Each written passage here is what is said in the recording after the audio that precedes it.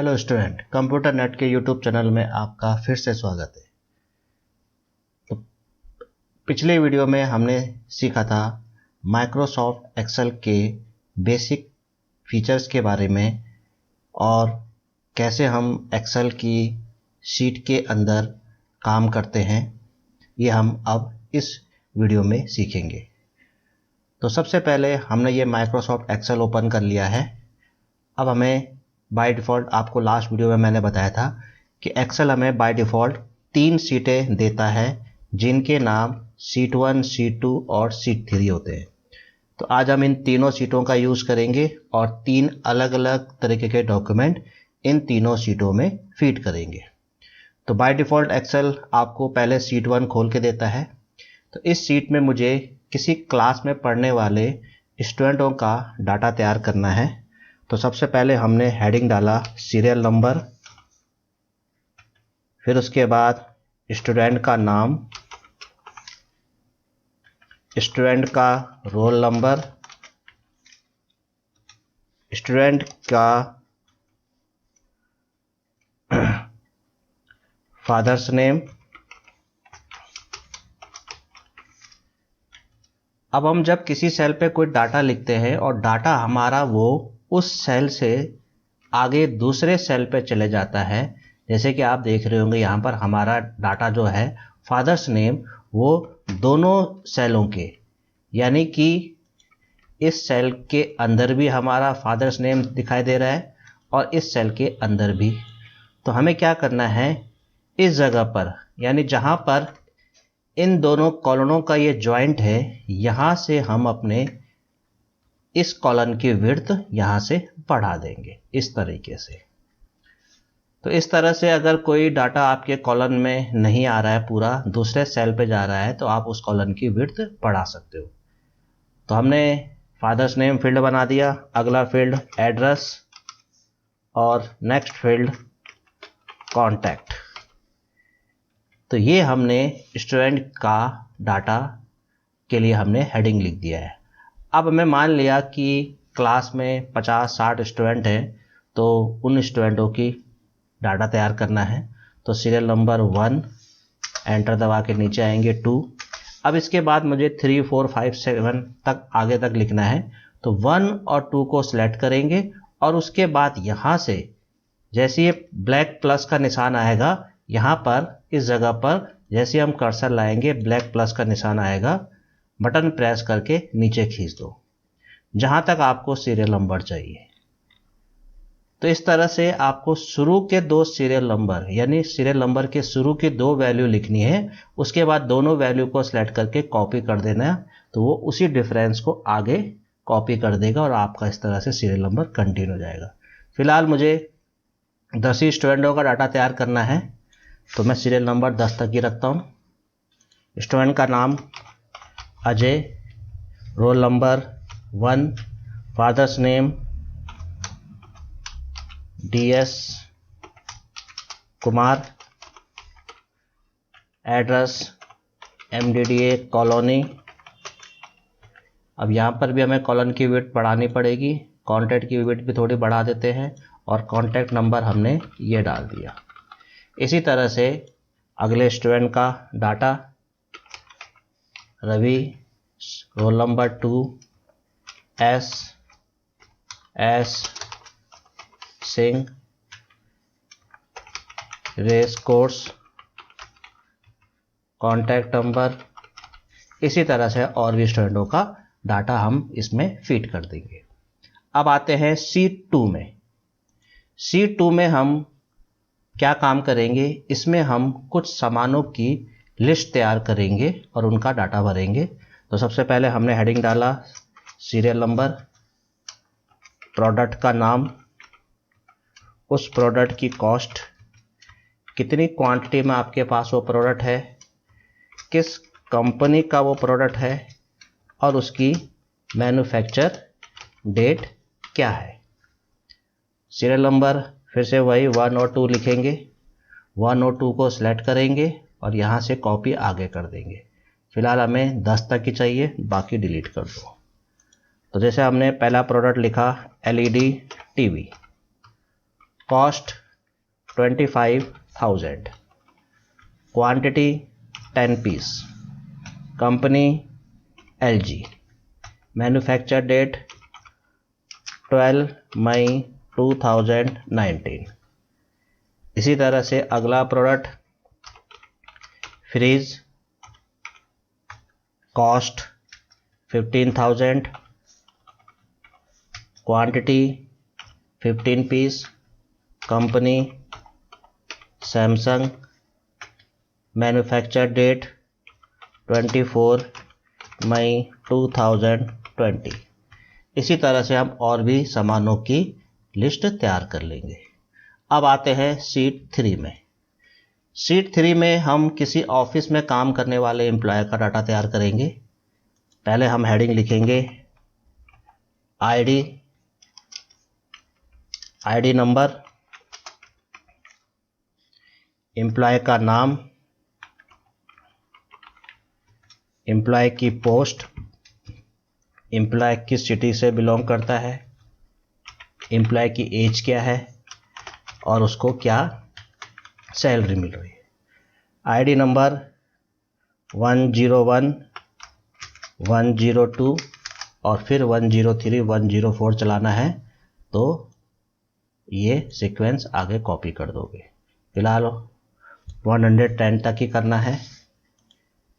इस कॉलम की विड्थ थोड़ा बढ़ा दो। एम्प्लॉय का नाम अकाउंटेंट देहरादून, एज, सैलरी। इसी तरह से अगला employ Ravi, post clerk, city Delhi, age और सैलरी। इसी तरह से और भी एम्प्लॉय की डिटेल हम पढ़ देंगे। तो इस तरह से हमने एक्सेल में बाय डिफ़ॉल्ट जो हमें स्टार्टिंग में 3 सीटें मिलती हैं, शीट 1, शीट 2, शीट 3, तीनों सीटों में हमने अलग अलग डेटा फीड कर दिए है। शीट 1 में हमने स्टूडेंट का डाटा भरा है, तो इसलिए हम शीट 1 के ऊपर राइट क्लिक करके रीनेम करके इसका नाम दे देंगे स्टूडेंट, क्योंकि इसमें स्टूडेंट का डाटा है। एंटर। शीट 2 में हमने कुछ सामानों का डाटा तैयार किया है, तो इसके ऊपर राइट क्लिक करके रीनेम करेंगे और इसका नाम दे देंगे प्रोडक्ट। एंटर। शीट 3 के ऊपर हमने राइट क्लिक करना है और रीनेम करके उसका नाम दे देंगे एम्प्लॉय। तो इस तरह से हमने 3 सीटें बना ली हैं, स्टूडेंट की जिसमें स्टूडेंट का डाटा है, प्रोडक्ट जिसमें प्रोडक्ट का डाटा है और एम्प्लॉय जिसमें एम्प्लॉय का डाटा है। तो ये डाटा मैं कंप्लीट कर लेता हूँ। यहाँ पर मैं वीडियो को ज़रा पॉज कर रहा हूँ। तो ये हमारा डाटा तीनों सीटों में कंप्लीट हो चुका है। स्टूडेंट की सीट में यह हमने डाटा पूरा कंप्लीट कर लिया है, प्रोडक्ट का भी हम डाटा कंप्लीट कर लिया है और एम्प्लॉय का भी डाटा अभी हम बाद में कंप्लीट कर लेंगे। तो फिलहाल हमारे पास 2 सीटों में डाटा तैयार है, स्टूडेंट और प्रोडक्ट की सीट में।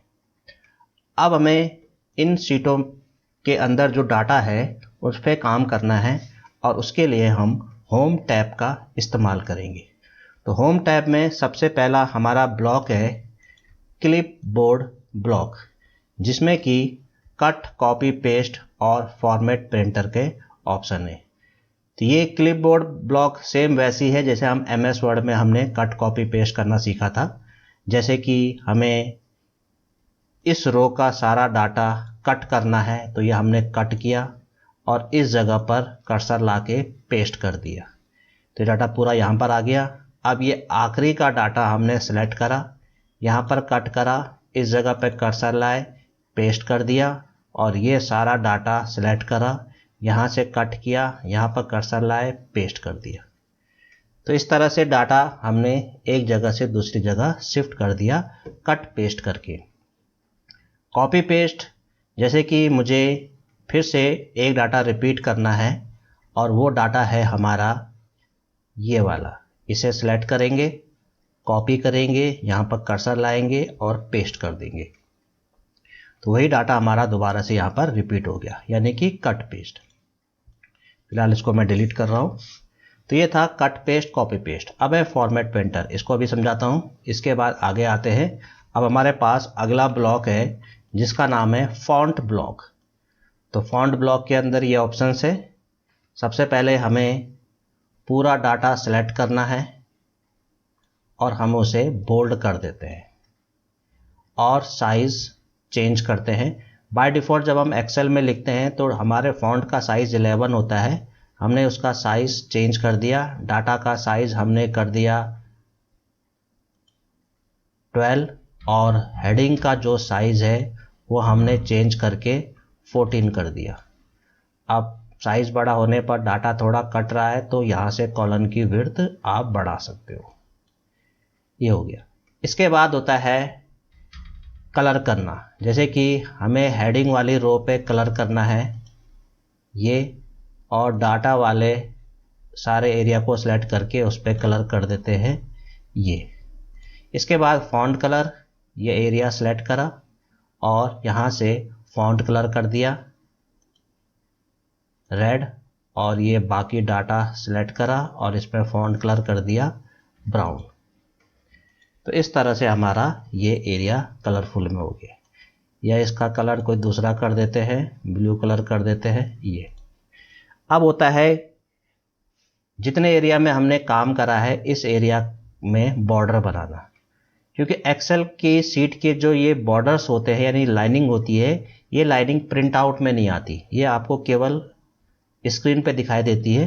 अगर मैं आपको इस सीट का प्रिंट प्रीव्यू दिखाऊं, फाइल में जाके यहाँ पर अगर आप इसका प्रिंट प्रीव्यू देखो, ये हमारा प्रिंट प्रीव्यू अगर हम इसका देखते हैं कि कैसे इस सीट का प्रिंट आउट प्रिंट में निकलेगा, यानी कि हम प्रिंट में क्लिक करते हैं और उसके बाद हम इस सीट का अगर प्रिंट प्रीव्यू देखें तो आप देखोगे यहाँ पर हमारी जो सीट है उसके अंदर जो हमारा डाटा है उसका डाटा का प्रिंट आउट कुछ इस तरह से आ रहा है। यानी कि प्रिंट आउट में कोई बॉर्डर नहीं आ रहा है, बिना बॉर्डर के, क्योंकि एक्सेल की सीट में जो वो बॉर्डर्स होते हैं वो प्रिंट आउट में नहीं आते।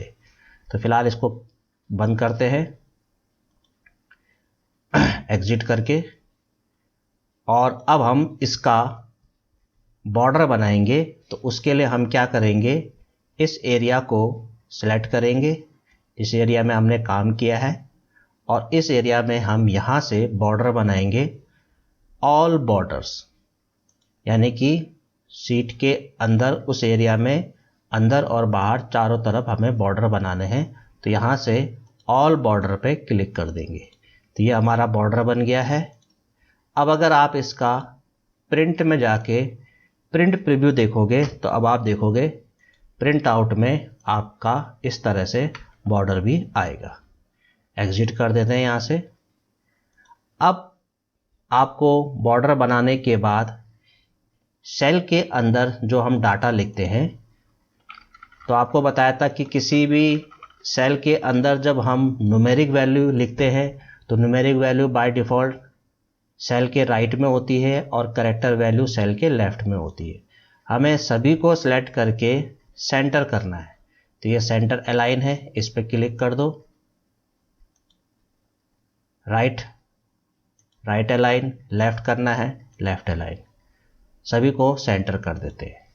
इसके बाद होता है टॉप बॉटम। टॉप बॉटम क्या होता है, जैसे कि हम फर्स्ट रो की थोड़ी हाइट बढ़ा देते हैं ये। अब फर्स्ट रो का डाटा कहाँ रखना है, टॉप में या बॉटम में या सेंटर में।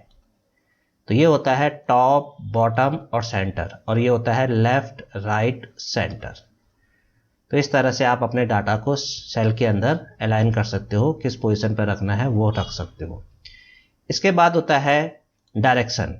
अगर आप चाहते हो कि आपने जो हेडिंग्स लिखी हुई है उसके डाटा का डायरेक्शन चेंज करना है, तो इनमें से आप कोई भी डायरेक्शन कर सकते हो। जैसे कि आपको वर्टिकल टेक्स्ट करना है तो आप देखोगे आपका डाटा, इसकी हाइट थोड़ी बढ़ा देते हैं, आपका डाटा वर्टिकल टेक्स्ट हो गया, यानी कि इस तरह से वर्टिकल में आ गया।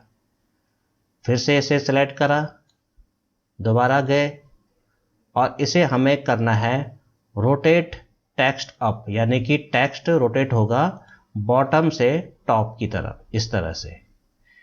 इसी में और डायरेक्शन है रोटेट टेक्स्ट डाउन, यानी कि टेक्स्ट टॉप से बॉटम की तरफ लिखा हुआ आ जाएगा। इसके बाद डायरेक्शन होता है क्लॉकवाइज, इस तरह से क्लॉकवाइज में ये आ जाएगा। इसके बाद अगर आपको इसे इस तरह से करना है तो इस तरह से क्लॉकवाइज में आ जाएगा। और अगर आपको अपनी तरफ से कोई एंगल देना है तो फॉर्मेट सेल में जाके यहाँ से आप जिस एंगल में इसको रोटेट करना चाहते हो, जैसे कि 90 डिग्री से, या यहाँ पर आप देख रहे होंगे एंगल की वैल्यू चेंज हो रही है, जितने डिग्री से आपको इसको रोटेट करना है। फिलहाल मुझे 90 डिग्री से करना है, ओके कर देंगे तो ये 90 डिग्री से रोटेट हो गए। तो इस तरह से आप अपने टेक्स्ट का डायरेक्शन चेंज कर सकते हो। फिर से मुझे इसको नॉर्मल पोजीशन पे लाना है, तो यहीं से हम फॉर्मेट सेल अलाइनमेंट में जाएंगे और इसको 0 डिग्री पे लेके आ जाएंगे। ये आ गया, ओके करेंगे, फिर से 0 डिग्री पे आ गया, यानी कि नॉर्मल पोजीशन पे आ गया। इसके बाद होता है डिक्रीज इंडेंट और इंक्रीज इंडेंट। ये क्या होता है? जैसे कि किसी सेल के अंदर हम डाटा जो है वो किसी खास पोजीशन पर अगर हमें रखना हो, तो जैसे राइट में रखना है तो राइट में, लेफ्ट में रखना है तो लेफ्ट में। सीरियल नंबर के देखते हैं, राइट में, लेफ्ट में या सेंटर, यानी 3 ही पोजीशन है, या तो डाटा सेंटर में आएगा या लेफ्ट में आएगा या राइट में आएगा। लेकिन इंक्रीज इंडेंट और डिक्रीज इंडेंट का इस्तेमाल करते हुए आप सेल के अंदर डाटा किसी भी पोजीशन पर रख सकते हो। ये इंक्रीज करो और ये डिक्रीज।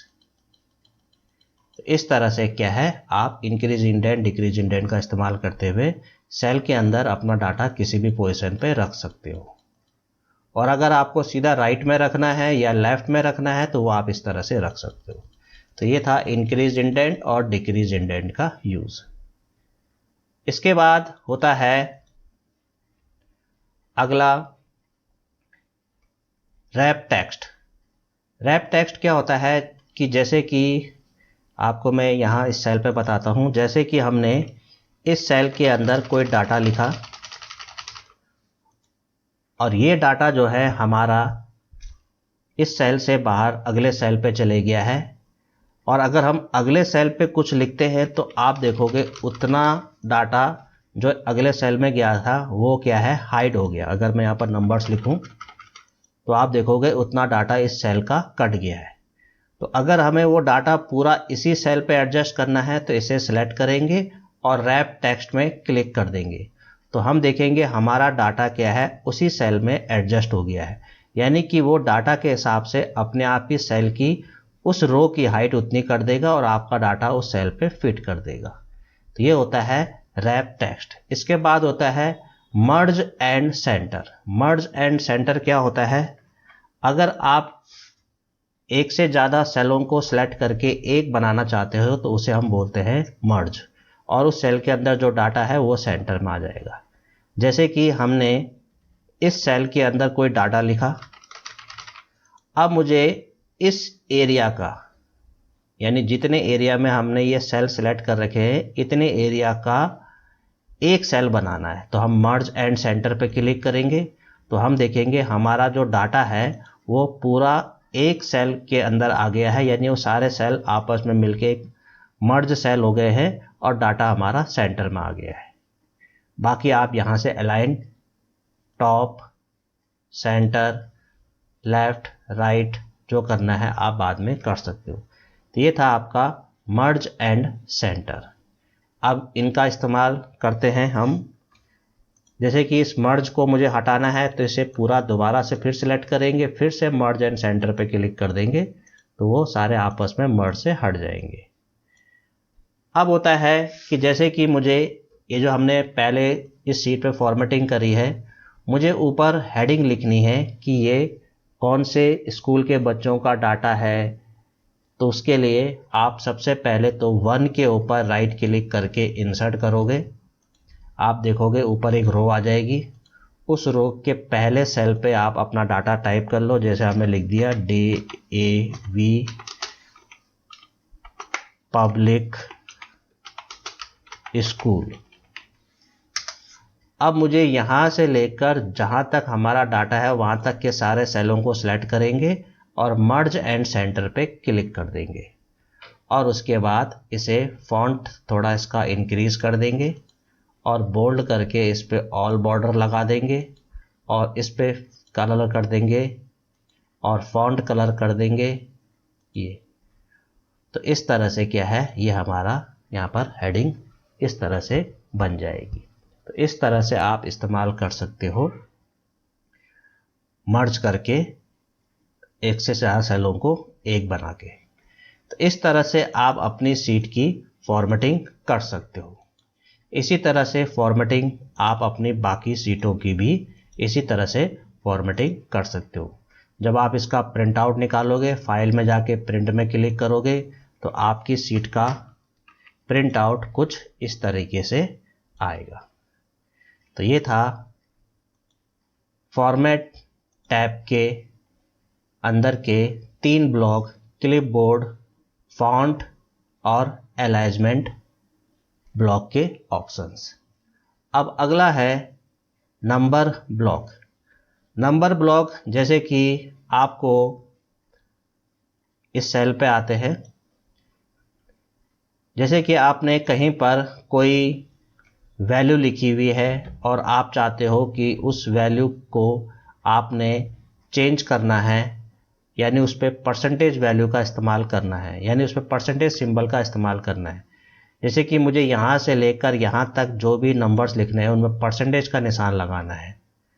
तो जैसे हम स्टूडेंट वाली सीट में आते हैं और यहाँ पर हम हेडिंग डालते हैं परसेंटेज। अब इस परसेंटेज को मुझे यहाँ पर डाटा जो है परसेंटेज में दिखाना है, यानी हम चाहते हैं कि हम वैल्यू लिखें और परसेंटेज का साइन अपने आप आ जाए। तो ये एरिया पूरा सिलेक्ट कर दो, परसेंटेज पे क्लिक कर दो।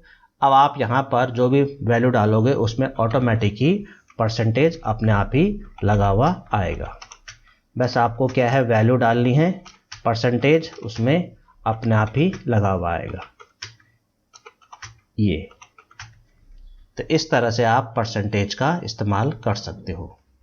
इसके बाद होता है कॉमा। इसका इस्तेमाल तब करते हैं जब हमारे पास कोई बहुत बड़ी वैल्यू होती है। मान लिया हमारे पास ये बड़ी वैल्यू है, अब इतनी बड़ी वैल्यू को थोड़ा पढ़ने में दिक्कत आ रही है तो आप इसे सिलेक्ट करके इस पर कॉमा लगा दो और थोड़ा सा इसका साइज बड़ा कर दो। तो अब आप देखोगे कॉमा लग के अब आप वैल्यू को आसानी से पढ़ सकते हो। तो ये था कॉमा का इस्तेमाल। इसके बाद होता है इंक्रीज इन डेसिमल और डिक्रीज डेसिमल। इसका इस्तेमाल डेसिमल वैल्यू को कम ज़्यादा करने के लिए लिखते हैं। जैसे मान लिया हमने यहाँ पर कोई वैल्यू लिखी 45.34। अब मुझे इसकी डेसिमल वैल्यू बढ़ानी है। अभी इसकी आप देख रहे होंगे डेसिमल वैल्यू 2 प्लेस की है। मैं यहाँ से इंक्रीज करूँगा और इसकी डेसिमल वैल्यू अब आप देखोगे 5 प्लेस की हो गई। कम करना है 4 प्लेस की, और कम करना है 3 प्लेस की, और कम करना है 2 प्लेस की। तो इस तरह से आप डेसिमल वैल्यू इंक्रीज डिक्रीज यहाँ से कर सकते हो। इसके बाद होता है करेंसी, यानी कि आप अपने डाटा पे करेंसी का इस्तेमाल कर सकते हो। तो बाय डिफ़ॉल्ट तो वैसे जो करेंसी सिंबल आता है वो डॉलर आता है, क्योंकि माइक्रोसॉफ्ट कंपनी का ये सॉफ्टवेयर है, यानी अमेरिका की कंपनी का सॉफ्टवेयर है और वहाँ पर डॉलर चलता है। जैसे कि मान लिया कि हमारे पास जो सामानों के कॉस्ट है, मान लिया ये डॉलर में है, इन्हें सेलेक्ट करते हैं और इस पे क्लिक करेंगे तो आप देखोगे सभी पे डॉलर लग के आ गया। अब अगर हम चाहते हैं कि ये सामानों की जो कॉस्ट है रुपीज़ में है, तो रुपीज़ कैसे लाएंगे ये मैं आपको आगे बताऊंगा। फिलहाल तो अभी बाय डिफ़ॉल्ट डॉलर ही आएगा। तो इस तरह से आपने ये यूज़ करना है नंबर्स का। तो ये था हमारा नंबर ब्लॉक। बाकी अगले वीडियो में मैं आगे के जो ये ब्लॉक्स है स्टाइल, सेल्स और एडिटिंग, ये आपको बताऊंगा। तो इस तरह से हम अपने डाटा के ऊपर काम कर सकते हैं और अपने डाटा को फॉर्मेटिंग कर सकते हैं और उनके ऊपर अलाइनमेंट और नंबर्स और फॉन्ट का इस्तेमाल कर सकते हैं। अब इसमें एक फॉर्मेट प्रिंटर ऑप्शन रह गया था, उसको भी करके देख लेते हैं। जैसे कि हमने इतने एरिया को सिलेक्ट करा और इतने एरिया पे हमने फॉर्मेटिंग कर दिया, bold, cell colour, font colour, border, all border लगा दिया, सेंटर कर दिया ये। अब हम चाहते हैं कि आगे के डाटा पे भी सेम यही फॉर्मेटिंग करनी है, तो आप इसे सेलेक्ट करो और फॉर्मेट पेंटर पे क्लिक कर दो और उसके बाद फिर बाकी का एरिया भी सिलेक्ट कर दो, तो आप देखोगे ऑटोमेटिक वही फॉर्मेटिंग इस पे भी लग गई है। तो ये काम करता है आपका फॉर्मेट पेंटर। तो इस तरह से हमने अपने डाटा के ऊपर ये काम किया। इसी तरह से हम दूसरी सीट के डाटाओं पे भी ये काम कर सकते हैं। तो इसी वीडियो में इतना ही। बाकी के ऑप्शंस जो हैं वो आपको अगले वीडियो में बताए जाएंगे। तो ये मेरा वीडियो आपको कैसा लगा, प्लीज़ इसे लाइक और सब्सक्राइब जरूर कर दीजिए और अपने फ्रेंड्स के को इसको शेयर कर दीजिए, जिससे कि वो भी कंप्यूटर की नॉलेज ले सके। तो फिर मिलेंगे नेक्स्ट वीडियो में। Okay, thank you, bye.